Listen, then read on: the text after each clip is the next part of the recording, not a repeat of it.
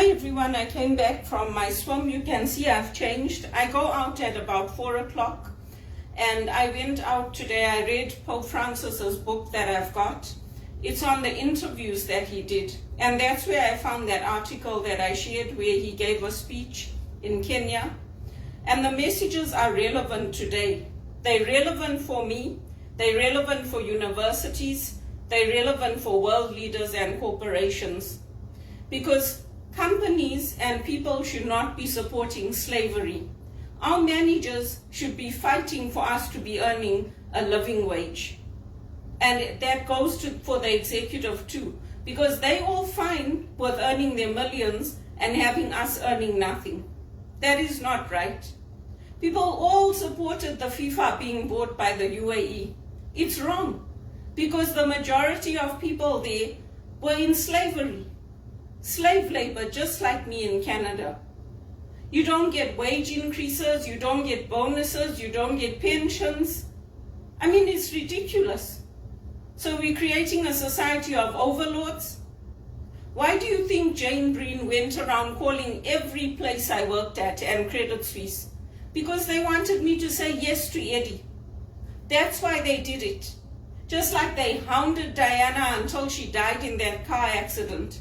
Her Royal Highness Diana, Princess of Wales. That's why they did it. And those people are filthy rich and they were abusing the staff at Harrods, that family. I'm tired of it. I've had enough. You can't even get a spiritual director. If you go to the Jesuits and you ask them, you say, I need a spiritual director, none of them will take you. They won't take you once they become priests. Trevor Scott took me and Kevin Kelly took me before they became priests. You can't get a Jesuit to give you spiritual direction in this country or overseas. The only reason Father Damien took me is because my friend Bruce Botha was there and I met him. I met him and I got to know him a little bit, and that's why he took me. You can't get a good spiritual director, so how come I can't get work? Maybe there's an oversupply of good spiritual directors.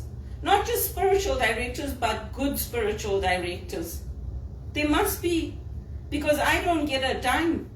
I don't get any work in education, in non-profits, in colleges. I don't get anything.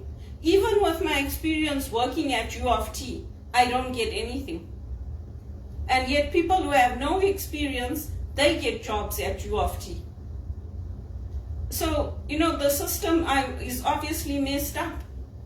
Why do you think Jane Breen and Credit Suisse and TD and all of them keep causing problems for me? I was never obsessed with them. I'm not the one that coordinated through the police so that on every plane, at every airport, everywhere I went, people would be told, oh, but Eddie likes her. Oh, she's here. What kind of crap is that? I'm not his wife. I'm not interested in him. I don't even know him. It's completely unacceptable, and the Archdiocese of Toronto is also to blame. They should not have accepted that report. They should have said, we're refusing to accept this, because Belinda went through a program where she had to be proven capable of taking spiritual direction and giving it. They should have refused.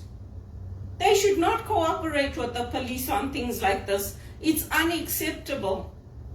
It's unacceptable. Since when does the government have the right to kill people, to euthanize people, to make these personal decisions, to force us to have psychiatric assessments? Since when? And the Jesuits need to wake up. Why did you even bother training me? And all this, if you're just going to leave me to rot, you're just going to leave me to get bankrupt and not even bother. You guys claim that you're all about ending poverty, you're about educating women, you're about doing away with sex work. But there's somebody who you know personally, including Father Peter Knox, Anthony Egan, Damien Howard, Graham Fusion. You all know me. So you're willing to help the stranger over there, but you're not willing to help the person in front of you that has a personal relationship with you. It's not right. And the Catholic men and Catholic women should not be supporting sex work, drug trafficking, human trafficking, trading of organs. If you're doing that, you are not a Catholic.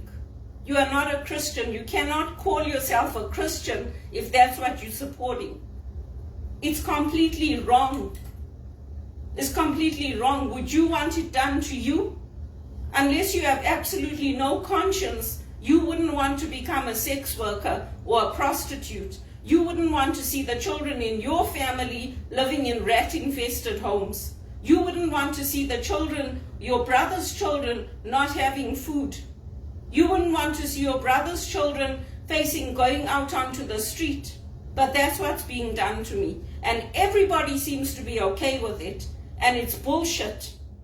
I'm challenging the Jesuits for a change. Do something for me and change this Archdiocese of Toronto and the Jesuits in Britain and South Africa. For a change, think of me. It's not always about supporting you. Sometimes it's about supporting me as well. And also, as for Bono, he can go to hell. I blocked their email today. He doesn't love me. I don't know where he gets off telling Najiba that he loves me. Who he loves is Najiba, because he's having the personal conversations with her and he's sending the messages. He's proven it by hiring her. If he loved me, he would have made sure I was financially insecure. He would have made sure I had a job. He would have made sure my name was put forward for good paying opportunities. He doesn't love me. And I am not supporting the one campaign getting another dime from this country. Not another cent. I'm supporting the black leaders who said no. And they want to do it on their own and they want investments, jobs for their people. That's what I'm supporting.